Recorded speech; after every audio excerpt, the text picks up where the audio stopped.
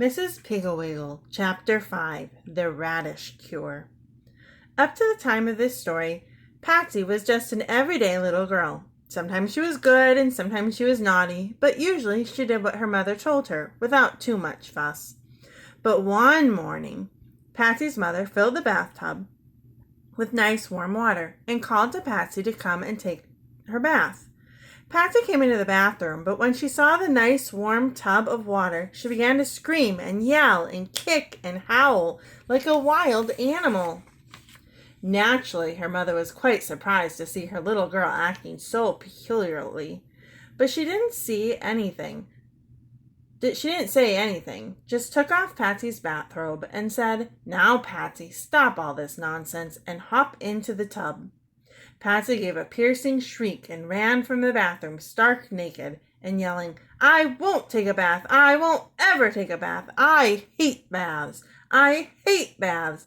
I hate baths!" Patsy's mother let the water out of the tub and went downstairs to telephone her friends and find out if their children had ever behaved in this unusual fashion, if it was catching, and what to do about it. First she called Mrs. Brown. She said, "Hello, Mrs. Brown. This is Patsy's mother, and I am having such a time this morning. Patsy simply will not take a bath." "Pardon me, just a minute, Mrs. Brown."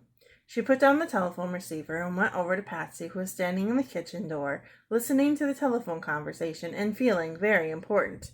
Patsy said, "What did Mrs. Brown say to do with me, Mother?" Patsy's mother said, "She hasn't told me yet.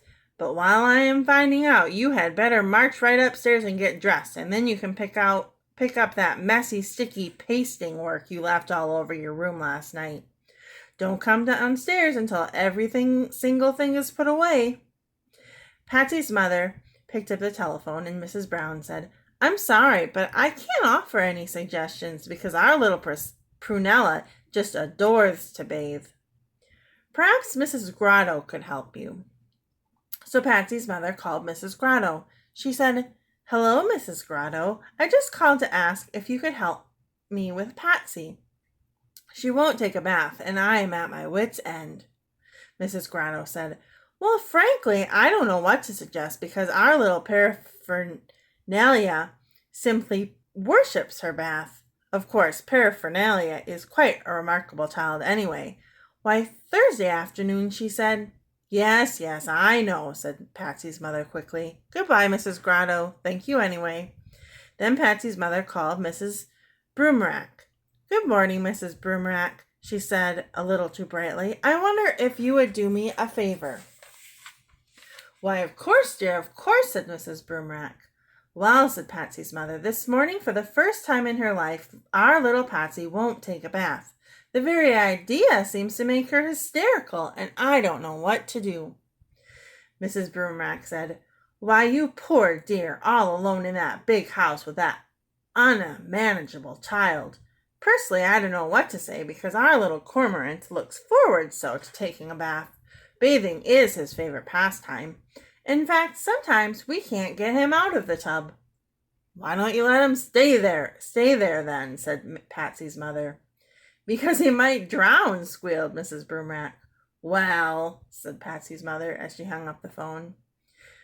By this time, she was feeling rather depressed because it seemed that bathing was the most popular indoor sport with every child in town, but her own dirty little girl. In desperation, she decided to call Mrs. Piggle Wiggle. She should know about children, thought Patsy's mother. She certainly has her house crawling with them day and night. It certainly was fortunate for Patsy's mother that she thought of Mrs. Piggle Wiggle, because although Mrs. Piggle Wiggle has no children of her own and lives in an upside-down house, she understands children better than anybody in the whole world. She's always ready to stop whatever she is doing and have a tea party. She is glad to have children dig worms in her petunia bed. She has a large trunk full of scraps for doll clothes and another trunk full of valuable rocks with gold in them. She is delighted to have children pick up and look at all the little things which she keeps on her tables. And when Hubert Prentice dropped the glass ball that snowed on the children when you shook it, she said, Heavens, Hubert, don't cry. I'm so glad this happened. For years and years I've wanted to know what was in that glass ball. Mrs. Piggle Wiggle takes it for granted that you will want to try on her shoes and go wiggling around on high heels, which is probably why she was not at all surprised when Patsy's mother told her about the bath. I suppose we all come to it sooner or later, she said. Well, from my experience, I would say that the radish cure is probably the quickest and most lasting. The radish cure? Said Patsy's mother. Yes, said Mrs. Piggle Wiggle. The radish cure is just what Patsy needs. All you have to do is buy one package of radish seeds. The small red round ones are the best, and don't get that long white icicle type. Then let Patsy strictly alone as far as washing is concerned for several weeks. When she has about half an inch of rich black dirt all over her, and after she's asleep at night, scatter radish seeds on her arms and head. Press them in gently, and then just wait. I don't think you'll have to water them, because we are in the rainy season now, and she probably will go outdoors now and then. When the little radish plants have 3 leaves, you may begin pulling the largest ones. Oh yes, Patsy will probably look quite horrible before the radish cure is over, so if you find that she is scaring too many people, or her father objects to having her around, let me know, and I would be glad to take her over here.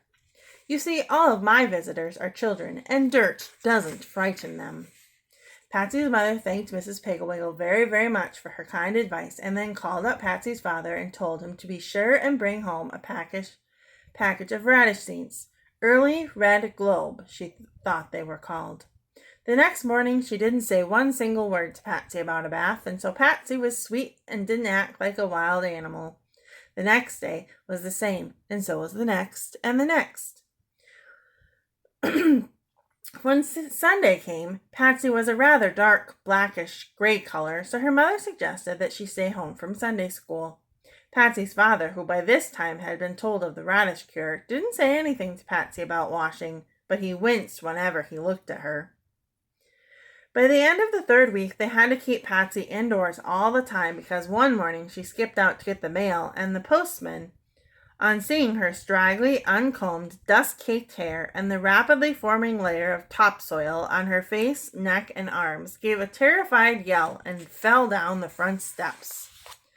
Patsy seemed quite happy, though. Of course, it was getting hard to tell how she felt, as her face was so caked with dirt that she couldn't smile, and she talked, "Oik as I am Atsy, and I on't ik a ath." She also had to take her little tiny bites of food because she couldn't open her mouth more than a crack. Naturally, her father and mother had to stop having any friends in to visit, except in the evening when Patsy was in bed, and even then they were not at all comfortable, for fear that Patsy would wake up and call, "Ing e a ink of after, Addie." Really, bring me a drink of water, Daddy. At last, however, the day came when Patsy was ready to plant. That night, when she was asleep, her father and mother tiptoed into her room and very gently pressed radish seeds into her forehead, her arms, and the backs of her hands. When they had finished and were standing by her bed, gazing fondly at their handiwork, Patsy's father said, "Repulsive little thing, isn't she?" Patsy's mother said, "Why, George, that's a terrible thing to say of your own child." "My little girl is buried so deep in that dirt that I can't even remember what she looks like," said Patsy's father, and he stamped down the stairs. The radish cure is certainly hard on the parents. Quite a few days after that, Patsy awoke one morning, and there on the back of her hand, in fact on the backs of both hands, and on her arms, and on her forehead, were green leaves. Patsy tried to brush them off, but they just bent over and sprang right up again. She jumped out of bed and ran down the stairs to the dining room where her mother and father were eating breakfast. "Ook, ook, at the ends!" she squeaked. Her father said, "Behold the bloom of youth," and her mother said, "George," and then jumped up briskly, went over to Patsy, took a firm hold of one of the plants on her forehead, and gave it a quick jerk. Patsy squealed, and her mother showed her the little red radish she had pulled. Patsy tried to pull one out of her arm, but her hands were so caked with dirt that they couldn't grasp the little leaves so her mother had to pull them. When they had finished one hand and part of the left arm, Patsy suddenly said, "Other, I want to ath." "What did you say?" asked her mother, busily pulling the radishes and putting them in neat little piles on the dining room table. "I want ath," said Patsy so plainly that it cracked the mud on her left cheek. Patsy's mother said, "I think it had better be a shower." And without another word, she went in and turned on the warm water. Patsy was in the shower all that day. She used up 2 whole bars of soap, and she didn't even come out for lunch. But when her father came home for dinner, there she was, waiting for him at the door, clean, sweet, and smiling, and in her hand she had a plate of little red radishes.